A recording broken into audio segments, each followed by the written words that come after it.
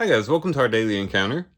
As we get into the book of Nehemiah, we find Nehemiah going through a process that is pretty common when it comes to the way that the Lord uses people to meet certain needs. First, Nehemiah heard about the problem. The problem was that Jerusalem was broken down. The wall of Jerusalem was broken down. Its gates were burned with fire. Those who had survived the captivity are in great distress and reproach. This is the word that he hears from Jerusalem, and he learned about that, and then he was moved and stirred in his spirit. It says, when I heard these words, I sat down and wept and mourned for days, and I was fasting and praying before the God of heaven. And so he became very moved and stirred up. He was weeping and fasting, very much moved by this situation. But he doesn't stop there. He took the situation to the Lord in prayer, as just mentioned. And then we have a record of the prayer that he prays to the Lord. And he's basically confessing the sins and seeking the Lord to help in the rebuilding of Jerusalem. And then from there, Nehemiah seeks open doors through the king. And through the king, Nehemiah was the cupbearer to the king, and he was given an open door as the king asked, what was wrong with Nehemiah. Apparently, he looked very sad, and that was an open door for him to express his grief over the situation in Jerusalem, which led to him actually being able to go to Jerusalem and lead this great rebuilding of the wall. And so this whole process that Nehemiah went through, from the time that he heard about the problem all the way to him facilitating the solution to the problem, is once again a very common way in which the Lord works through in our lives in order to meet certain needs. First, we learn about the problem.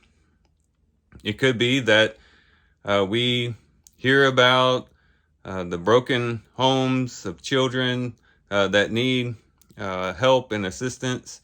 It might be that we hear about the needs in some global situation in which there is famine or some earthquake or some natural catastrophe or some economic crisis that some country is going through. We hear about the problem, but then secondly, we are moved by what we hear. The Lord stirs up our hearts in connection to it, and we are moved with compassion towards the people who are suffering and the need that is there. And then we take it to the Lord in prayer, and we say, Lord, I've heard about this situation. It's really moved me within, Lord, and now I'm bringing this situation to you, seeking your guidance and your help to allow me to be able to help in this particular matter. And then after that, we start looking for open doors of opportunity to get to work. We don't just pray about it and then sit back and hope the Lord does something about it, but we begin to seek opportunities to serve, whether it's giving money or giving our time, whatever the case may be. We're just seeking opportunities to serve. And then when those doors of opportunity do open, we jump in feet first to meet the need, to continue to demonstrate compassion, not just because our hearts are moved, but because our hands and feet are moved to meet the need. And in doing so, we become the means by which God meets the needs in the world. And so this story about Nehemiah is very instructive to us. And so it should remind us that whenever we hear of a need and we really feel our hearts being moved, we really feel as though the Lord is stirring our hearts in connection to that particular situation, it ought to be that we shouldn't just say, well, okay, and then move on and just ignore that impression that we have on our heart, but that we immediately take it to the Lord and not let it go until the situation has been resolved, and just take it to the Lord. Seek the Lord's help, seek the open doors of opportunity for service that he opens up for us, and then be ready to go out with our sleeves rolled up to meet the need, whatever that need might be. And it might be even this very day.